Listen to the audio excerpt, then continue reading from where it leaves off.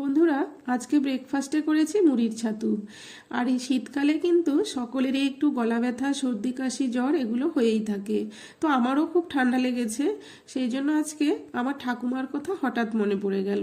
আমার ঠাকুমা এভাবে কিন্তু মুড়ির ছাতু করে দিতেন। এই যে এখানে আমি এক বাটি মুড়ি নিয়েছি, মূলো, পেঁয়াজ, আদা, কাঁচা লঙ্কা সব কেটে নিয়েছি।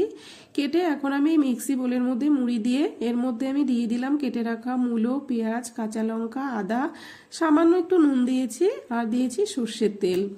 মুড়িতে যেহেতু নুন থাকে আপনারা নুনের পরিমাণটা একটু বুঝে দেবেন। তো দিয়ে দেখুন আমি মিক্সিতে এভাবে ঘুরিয়ে নিয়েছি।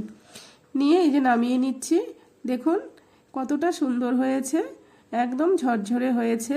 এই মুড়ির ছাতু কিন্তু সকালবেলা রোদে বসে খেতে দারুণ লাগে।